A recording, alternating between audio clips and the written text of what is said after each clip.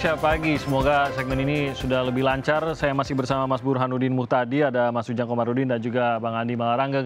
Saya belum ke Mas Ujang ini. Mas Ujang, tanggapan Anda sendiri terkait tanggapan dari Istana yang sebenarnya mungkin tidak sesuai dengan apa yang diharapkan oleh Partai Demokrat yang ingin tanggapan dari Pak Jokowi langsung. Mas Ujang. Ya sejatinya begini, Pak Jokowi menjawab ya surat yang diluncurkan oleh Pak Ahaye. Kenapa? Jangan sampai publik menduga-duga gitu bahwa intervensi itu ada. Ya kan? Karena gini, berdasarkan pengalaman yang ada, saya dulu mohon maaf dekat dengan elit Golkar. Nah, Golkar itu dulu juga Istana selalu membantah tidak ada intervensi. P3 juga dulu juga kasus P3 membantah juga tidak ada intervensi. Saya cerita saja terkait dengan Golkar ini. Dulu itu waktu Munas 2016, yaitu ada seorang menteri yang mengumpulkan DPD gitu kan, lalu juga mengintervensi secara hukum gitu kan, dan itu dipanggil oleh Pak Wapres ketika itu Pak JK. Pak JK menegur sang menteri itu, tolong Pak Menteri jangan ikut campur terkait dengan urusan Munas Golkar. Jawabannya apa? Ini mohon maaf kalau saya membuka sedikit gitu, ini cerita yang valid dan benar gitu. Dan jawabannya apa? Ini perintah bayangkan. Ini perintah ya clear. Artinya apa? Artinya ada intervensi itu gitu loh. Dan ini bukan ucapan yang mengada-ngada, sangat clear. Oleh itu karena yang merintah itu orang yang berkuasa gitu, akhirnya Pak Wapres pun tidak berdaya. Ya sudahlah, akhirnya yang menang siapa? Yang menang ya orang yang didukung oleh kekuasaan. Oke, tapi digambarkan Mas Burhan tadi ada perbedaan antara kondisi di periode pertama Pak Jokowi dengan periode kedua, yaitu tidak ada kepentingan di periode kedua ini dibandingkan dengan periode pertama. Ya tetap saja begini, mohon maaf ya, pemerintah itu apapun itu perlu menaklukkan partai-partai di luar pemerintahan, yaitu partai oposisi itu. Kita lihat saja, P3 sudah dibelah, Golkar sudah dipecah dan dua-duanya sudah masuk pemerintahan. PKS juga sama, sudah pecah dengan adanya Partai Gelora Indonesia. Lalu Hanura juga sudah pecah. PAN juga mohon maaf, Amin Rais juga kudeta, tidak menjadi pengurus lagi karena beliau tersingkir dan membuat partai baru. Nah terakhir itu Partai Berkarya. Partai Berkarya itu kan jelas-jelas dikudeta itu dengan KLB-nya dan hanya 2 minggu di-SK-kan oleh Kemenkumham. Nah sekarang mohon maaf, sulit untuk mengatakan tidak ada intervensi itu kepada Partai Demokrat. Apapun jawaban dari pihak Istana termasuk Meskipun tidak ada bukti langsung yang melibatkan gitu, Mas Ujang? Hanya kondisinya begitu yang secara logika tadi Anda mengatakan ya logikanya adalah keterlibatan kalau begini, tapi tidak ada bukti langsung yang memperlihatkan keterlibatan Istana. Ya kalau orang politik paham itu, nggak usah dijelaskan juga sangat paham, tapi memang masyarakat yang bertanya-tanya. Nah kalau kita memang secara akademis memang yang dikatakan Bang Burhan sangat clear, sangat jelas ya, Pak Jokowi tidak punya kepentingan untuk itu gitu. Tapi ini politik, apapun bisa terjadi loh. Dalam ADART Partai Demokrat sangat jelas kok, bisa KLB kok 23 suara lebih gitu ya, peserta itu bisa KLB. Artinya Pak Muldoko bisa ambil alih kok, seperti Partai Berkarya. Ini sangat sederhana sebenarnya logika yang ada di kekuasaan dan di politik. Dan ingat, justru dengan tidak ada kepentingan Pak Jokowi seorang presiden ke depan, ya justru orang yang banyak kepentingan di sekitar orang-orangnya itu loh. Yang tadi Pak Muldoko, CS dan lain-lain itu. Sehingga apa? Ini yang merusak dalam konteks demokrasi. Tadi kata Bang Andi ya, ini adalah bagian daripada gaya-gaya lama yang sesungguhnya mohon maaf. Ini mohon maaf sekali lagi kudeta yang ketahuan lah kira-kira. Nah, seandainya Pak Ahaye gitu tidak teriak ke publik, tidak membuat surat ke Pak Jokowi, mohon maaf, saya bisa menganalisa bulan ini bisa diambil alih itu. Sama dengan Partai Berkarya, yang sangat singkat dengan cepat bisa diambil alih. Nah karena Pak Ahaye teriak ke publik sehingga publik merespon dengan gegap gempita, lalu juga mengirim surat ke presiden, akhirnya sekarang saling lempar argumen dan saling berdebat di media dan di ruang publik. Nah itu kata Bang Burhan, langkah yang cerdas seperti itu. Mas Ujang, ini kan kalau kita lihat seperti apa rencana pengambil alihannya, diinginkan melalui KLB. KLB itu kan sesuai dengan ADART. Nah ada juga berpendapat kalau memang kemarin dari salah satu politisi berpendapat kalau memang Partai Demokrat solid, ketemu KLB pun nggak perlu khawatir, namanya juga solid, maka tidak akan tiba-tiba ada pengambil alihan pucuk kepemimpinan karena toh solid memimpin pimpinan yang saat ini begitu. Jadi tidak ada yang perlu dikhawatirkan kalau ini intervensi dari luar. Sulit Bang Timothy begini, kalau intervensi kekuasaan sudah jalan, maka perangkat akan jalan. Apa? Perangkat hukum akan jalan. Saya kasih contoh aja, walaupun beda partai ini. Saya contoh di Golkar dulu, tahun 2009, pertarungan antara Pak Abu Rizal Bakri dengan Pak Surya Paloh. Saya ingat, ini saya jelaskan supaya publik tahu juga. Di situ Pak SBY, mohon maaf sekali lagi ya, mendukung Pak Ical. Nah, ini yang menang siapa? Pak Ical, Pak Surya Paloh kalah. Mohon maaf sekali lagi Bang Andi ya, instrumen hukum itu jalan. Ada juga seorang yang kuat di Golkar, mohon maaf, membawa-bawa perangkat hukum. Dalam hal ini, mohon maaf, saya bukan mencatut ya, kejaksaan jalan. Apa? Ketua DPD, ketua DPD Golkar dipanggilin satu-satu. Bukan hanya hukum, tapi uangnya dikasih, hukumnya dipanggil. Saya ingat, waktu itu ada bupati salah satu kabupaten, ketakutan dipanggil kejaksaan. Kenapa? Hanya ingin menitipkan seorang calon ketua umum, ini loh pilihan kami gitu. Nah sebenarnya ini kan biasa-biasa saja, ini terjadi, hari ini terjadi loh. Makanya kalau solid pun tetap saja itu kalau intervensi kekuasaan masuk akan buyar juga, akan hancur juga. Oleh karena itu tadi mengirim surat adalah langkah yang tepat begitu. Karena kalau tidak ya akan diacak-acak, akan digoyang-goyang, bukan hanya itu, akan dikudeta begitu. Oke, saya mau ke Bang Andi dulu yang mungkin menanggapi dari kedua pendapat ini. Sebenarnya kita mencoba mencari siapa sebenarnya yang paling berkepentingan di sini. Kalau tadi Mas Burhan mengatakan Jokowi sebenarnya tidak punya kepentingan, tapi bagaimanapun juga kan sebenarnya politik ini jalan terus. Setelah Jokowi selesai periode kedua pun politik ini jalan terus. Ada tidak sih sebenarnya dari bukti-bukti yang dikumpulkan oleh Partai Demokrat bahwa jangan-jangan memang bukan Jokowi sebagai seorang person begitu ya, atau satu orang, tapi ada kepentingan politik lebih besar yang lebih bermain di sini, atau memang kepentingan politik pribadi lepas pribadi seperti tadi Bang Andi katakan, ya orang-orang yang berkepentingan untuk punya dukungan di 2024? Ya kita tidak tahu. Kita tidak tahu apa motivasinya lebih luas. Yang bisa kita lihat adalah bahwa kata-kata Pak Muldoko dalam pertemuan-pertemuan itu. Bukan hanya satu pertemuan di Hotel Aston, ada 2 pertemuan, yang satu lagi hanya bertiga dengan salah satu petinggi Demokrat yang mencoba direkrut.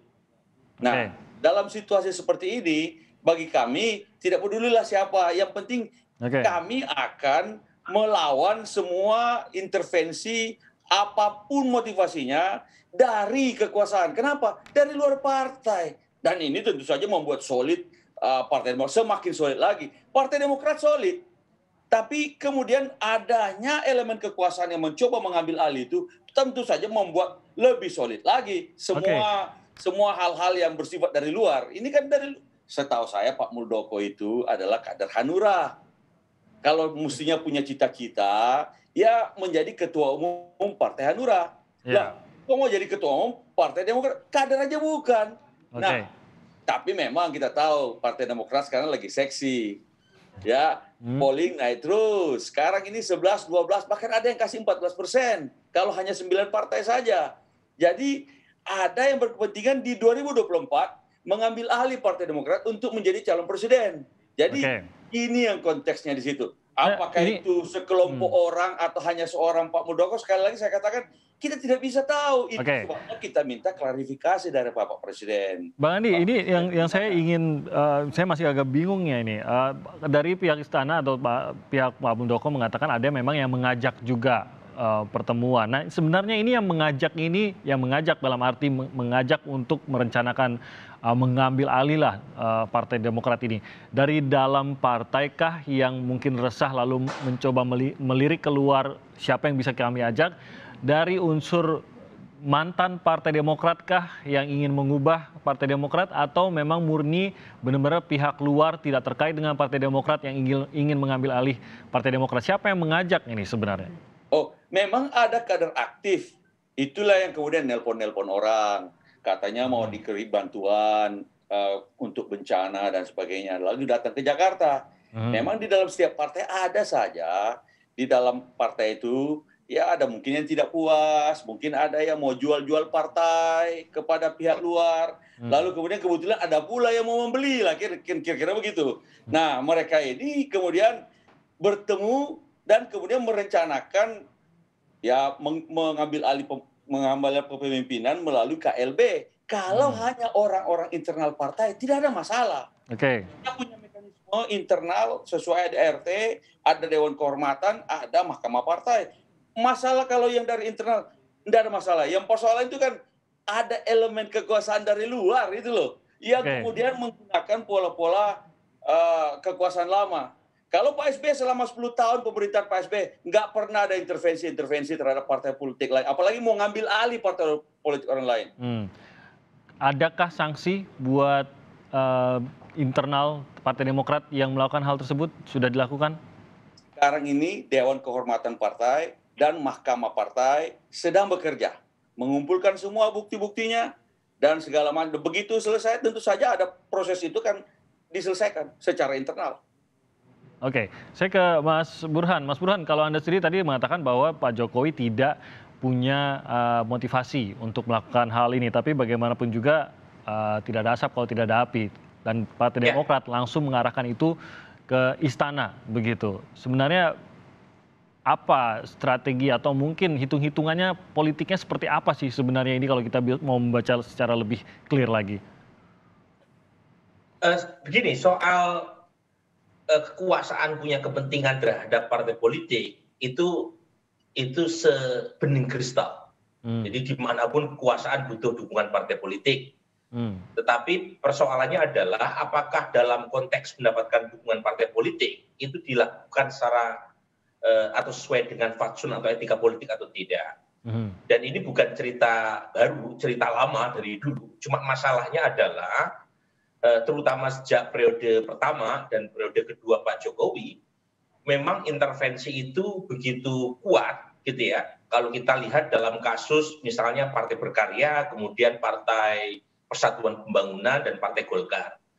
Nah, karenanya Pak Jokowi harus memberikan sikap secara lebih clear terkait dengan kasus terakhir. Meskipun tadi saya mengatakan dari sisi politik kepentingan Pak Jokowi itu tidak terlalu terlihat dalam konteks isu kudeta terhadap Partai Demokrat. Karena berbeda dengan P3 dengan Golkar. Pada kasus P3 dengan Golkar, di periode pertama Pak Jokowi itu mengubah haluan. Lanskap politik berubah total. Pasca Golkar dan P3 berubah haluan menjadi pendukung pemerintah. Dalam kasus sekarang, itu Pak Jokowi merem saja didukung sama koalisinya di parlemen 80%. Ya. Begitu juga dengan kenyataan bahwa Pak Jokowi tidak bisa maju lagi 2024. Jadi dari sisi itu sebenarnya Pak Jokowi kecil untuk bisa dikatakan punya kepentingan secara praktis dalam konteks aneksasi Partai Demokrat. Tetapi orang per orang di sekitarnya bisa jadi punya kepentingan besar. Nah, karenanya Pak Jokowi harus memberikan sikap yang clear bahwa perilaku kalau misalnya itu benar ya, yang dilakukan oleh orang per orang di sekitarnya itu tidak boleh dilakukan dalam konteks demokrasi. Nah, ini penting supaya satu, kalau kita lihat indeks demokrasi kita akan turun cukup jauh. Barusan di Economist Intelligence Unit merilis kita melorot 14 peringkat. Ya. Kemudian Varieties of Democracies, Freedom House, meskipun ini bukan gejala unik Indonesia, tetapi stagnasi dan regresi demokrasi betul-betul terjadi secara kencang, dan salah satunya adalah intervensi kekuasaan yang secara terang-terangan membuat iklim kompetisi dan sikap demokrasi yang korek tidak bisa berjalan secara baik. Oke, berarti sikap istana dalam hal ini penting juga, bahkan dalam gambaran besar seperti yang Anda gambarkan tadi, bahkan ke persepsi demokrasi juga. Dan saya nggak cukup, Timothy. Oke, nah itu urusan internal Partai Demokrat ya. Bagaimana seharusnya Pak Jokowi bisa benar-benar membuktikan, dan perlukah sampai seorang presiden harus membuktikan diri begitu ketidak terlibatannya, termasuk juga Pak Muldoko, bagaimana mereka bisa membuktikan diri? Sejauh ini kan mereka juga sudah, bukan mereka lah, Pak Muldoko sudah membantah, Pak Jokowi mengatakan ini urusan internal, harus apa lagi begitu Mas Burhan? Ya. Menurut saya gesture atau sinyal dari Presiden Jokowi penting untuk ditunggu publiknya, supaya tidak muncul atau mengkonfirmasi analisis seperti yang disampaikan oleh Bung Ujang atau Indonesianis seperti Marcus Misner yang menganggap bahwa Presiden Jokowi menggunakan cara-cara yang illiberal. Nah, cara untuk membuktikan bahwa analisis seperti itu salah adalah Pak Jokowi harus ngomong lebih clear, jangan sekedar melempar bola ini urusan internal Partai Demokrat, bahwa di internal Partai Demokrat ada riak-riak yang belum tuntas pasca Kongres yang terburu-buru bulan Maret 2020, iya. Tetapi bahwa ada elemen sekitar kekuasaan yang terlibat, menurut saya indikasinya sangat kuat. Dan karenanya Presiden Jokowi harus bicara lebih clear. Mungkin pada tataran normatif saja, biar tidak terlalu mempermalukan orang-orang di sekitarnya, gitu ya. Tetapi secara normatif Pak Presiden harus mengatakan bahwa istana tidak boleh intrusif, apalagi mengobok-ngobok urusan partai orang. Karena bagaimanapun istana harus non partisan dan menjaga marwah rencana pejabat tinggi negara. Saya ke Mas Ujang. Apakah Anda pendapat ini cukup atau mungkin perlu sampai ada pertemuan Ketua Umum dengan Pak Jokowi di istana sambil ngopi-ngopi juga? Iyalah, kita ini kan gini, bangsa ini kan sedang sulit ya, sedang susah seperti yang dikatakan oleh Bang Burhan gitu. Nah, karena itu perlu ada loncatan-loncatan dalam konteks pembangunan gitu. Tadi ekonomi sudah dijelaskan, politik juga bagaimana, indeks demokrasi juga menurun, gitu. Masyarakat juga banyak yang kesulitan. Ini menjadi problem kebangsaan. Nah, problem kebangsaan ini tidak bisa hanya diselesaikan oleh pemerintah. Demokrat juga perlu membantu itu walaupun ada di luar pemerintahan, kan begitu. Nah, membangun itu konteksnya bukan hanya di dalam pemerintahan, bukan hanya di koalisi. Jadi ngopi-ngopi itu perlulah. Jadi kadang-kadang kan begini, politik itu kan tidak selesai di ruang-ruang publik, tapi selesainya di meja makan kadang-kadang. Selesainya di warung kopi gitu kadang-kadang. Kita ini kalau bicara politik selesainya ya di meja makan. Misalkan undang-undang Omnibus Law juga berdebat di luar gitu, berdemonstrasi selesainya hanya di meja makan kok. Oleh karena itu, ke depan apa yang disampaikan oleh Bang Burhan tadi benar ya. Untuk menjawab tuduhan-tuduhan itu, maka klarifikasi menjadi penting secara normatif. Tapi pertemuan juga menjadi penting. Kenapa tidak gitu? Karena Pak Jokowi perlu legacy ke depan. Apa yang harus ditinggalkan dalam konteks kepemimpinan beliau gitu loh. Nah, jangan sampai beban terkait kudeta ini menjadi beban beliau gitu loh. Jangan jadi beban presiden. Jadi alangkah elegannya ya bertemu saja. Jangan sampai tadi Pak Jokowi direcoki oleh orang-orang inner circle-nya gitu. Elemen-elemen orang dekatnya, sehingga Pak Jokowi citranya menjadi buruk. Nah, saya lihat begini, kalau ini tidak dijawab secara kata normatif tadi gitu, maka mohon maaf, isu ini akan terus menyerang Pak Jokowi. Karena gini, isu yang tidak dibalas, yang tidak dijawab itu akan menjadi sebuah kebenaran. Apalagi hari ini zamannya zaman media sosial. Jadi kalau isunya dibiarkan, nanti terus ke depan Pak Jokowi akan tetap dituduh. Akan tetap dituduh oleh publik bahwa melakukan tindakan-tindakan intervensi walaupun kenyataannya kita tidak tahu apakah hanya sekedar mencatut orang dekatnya itu. Tapi narasinya sudah keluar begitu ya. Ya, selain mengklarifikasi, ngopi-ngopi menjadi penting, Bang Timothy. Dan tampaknya harusnya ini menjadi bukan hal yang sulit begitu Mas Andi, mengingat meskipun Partai Demokrat tidak berada di dalam satu koalisi dengan pemerintah, tapi kan Pak Jokowi hubungannya baik dengan Partai Demokrat. Apa rencana ke depannya dari Partai Demokrat untuk menyelesaikan kisruh yang terjadi, apalagi kalau Partai Demokrat merasa ini adalah intervensi orang luar. Dan juga sudah ada langkah selanjutnya, tampaknya yang kita dengar Pak Marzuki Ali yang disebut-sebut namanya juga akan membawa ini ke hadapan hukum karena namanya dibawa-bawa nih, Bang Andi. Ya itulah, kita ini sedang menghadapi bencana, padahal juga menghadapi krisis ekonomi, juga menghadapi persoalan pandemi. Mestinya sekarang ini pemerintah, terutama orang-orang sekitar presiden, membantu presiden menyelesaikan masalah-masalah ini. Jangan bikin kegaduhan-kegaduhan politik yang baru, yang sama sekali tidak ada relevansinya dengan bagaimana usaha pemerintah menyelesaikan pandemi, krisis ekonomi, dan bencana. Tiba-tiba mau campur tangan, mau mengambil alih kepemimpinan Partai Demokrat untuk tujuan Pilpres 2004. Wah, ini keterlaluan, tidak bisa dibiarkan. Kami sendiri sedang melakukan langkah-langkah konsolidasi partai dan kemudian juga aturan-aturan di dalam partai sesuai ADRT akan dilakukan secara ke dalam. Tetapi urusan intervensi kekuasaan ini, paling tidak elemen kekuasaan ini harus kita lawan. Nanti kita akan lihat juga bagaimana langkah selanjutnya dari Partai Demokrat untuk menyelesaikan apa yang terjadi dalam Partai Demokrat ini, bahkan kalau memang ada intervensi dari luar. Bang Andi, terima kasih banyak. Andi Malarangeng sudah bergabung bersama kami, politisi dari Partai Demokrat. Mas Ujang Komarudin, terima kasih sudah bergabung dari Direktur Eksekutif Indonesia Political Review. Dan Mas Burhanuddin Mutadi, terima kasih dari Indikator Politik Indonesia sudah bergabung bersama kami di Sapa Indonesia pagi ini. Sehat-sehat semua. Terima kasih banyak.